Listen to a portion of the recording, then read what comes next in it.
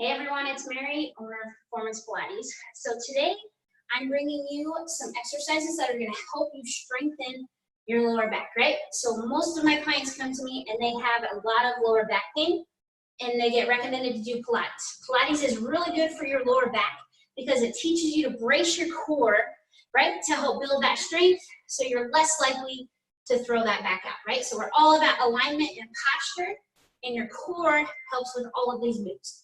Okay, so these are pretty basic moves, right? If you already have back pain or you're a little bit sore, try to do some of these moves. You don't have to do all of them. The most important thing you need to do when you're doing lower back exercises is to pay attention to how you feel, right? If you have sharp pains, that's not what we want. You want to make sure you stop. If you feel those muscles working kind of like a burner, that's okay, but you want to ease your way into these exercises, okay? So our first one we're going to do is called a good morning.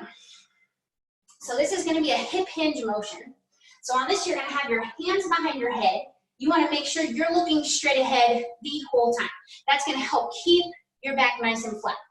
So what you're going to do, you're going to press your hips back, fold at your waist, right? You're going to come down. You don't have to go down super far. You're going to stand up straight, squeeze those glutes. Okay, so on this, you're folding in half. You should feel your hamstrings fired up and a stretch through that lower back. And up. Okay, so this is not a squat. You're not sitting down. Your hips go straight back like you're trying to touch your tushy to the wall. Okay, so nice and controlled on those motions. That's move number one. That's a great way to train your core and hamstrings to help you learn how to pick things up off the floor properly, right? So on that, the more you stick your butt out, the better. Just remember that. Okay, that's going to help flatten your back, fire up that core. So our next moves, we're going to be down on the mat. So your first move you're going to do is a bird dog. Okay, so you're just going to go opposite arm, opposite leg. You're just going side to side, and you're stretching out your arms and legs, right? So it's nothing too wild and crazy. Okay, you want to take your time and make sure you're doing opposite. Sometimes people try to do the same side on that. So if you feel like you're tipping over, try to make sure you're doing opposites. Don't tip over. Okay, from there, we're going to be on our stomach, and we're going to do some super rings. Okay, so on this, you're going to do an alternating super ring. Okay, so arms and legs are out straight. You're going to lift up opposite arm, opposite leg, and back. So you're going side to side, right? Still working those muscles, right? We're working the back side of our body. Okay? Then you're going to relax there.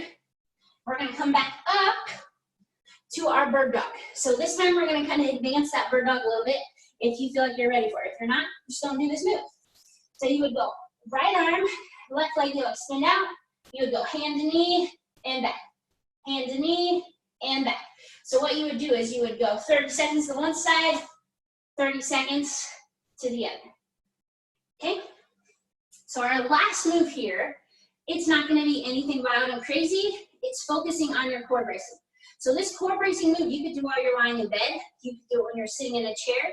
You can literally do this move anywhere, right? No excuses, okay?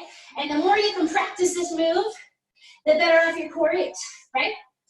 So you're going to be on your back. So when you lie on your back, you naturally have an arch in your back there that you can fit your hands. So your goal is to pull that belly button in, push that lower back down to the mat, and your core is fired up. So when you do that, your hips are going to tilt, right? You should feel your hips roll to meet that mat, and you're slightly tilted up, okay? So on this move, you could literally just hold right here, practice on keeping your shoulders relaxed and breathing, okay? And you can even do reps of just pressing, squeezing, and coming back, right? So it doesn't look like I'm doing much, but you want to make sure every time you push your back down, you can't fit your hand under there, okay? And you should be able to feel your core and feel those muscles fired up. So on that one, if you feel like you could step it up, bring those legs into tabletop and do that same motion. Okay, so anytime we bring our legs up, it makes this motion harder because you really have to isolate and control your body with your core, right? Your core is in control. That's why you always hear people say, work your core, work your core, work your core, because the core is boss, right? It's who's in charge here, okay? So for each of those moves, you can hold it for 30 seconds. Don't bring your legs up if you feel back or if you have trouble pushing that back down. Just stay put with your legs down on the ground, okay? So for each of these moves, you can go anywhere from 30 seconds to a minute, right? You can do more than one round. You wanna make sure you're paying attention to how you feel. So if you get 3 exercises in and you say that's enough, that's fine, stop there. Work your way into this workout, build that strength with your lower back, right? Let me know if you have any questions. The more you can do this, the stronger you're gonna get, the less back pain you're gonna have, right? And then you're just gonna have all kinds of fun, right?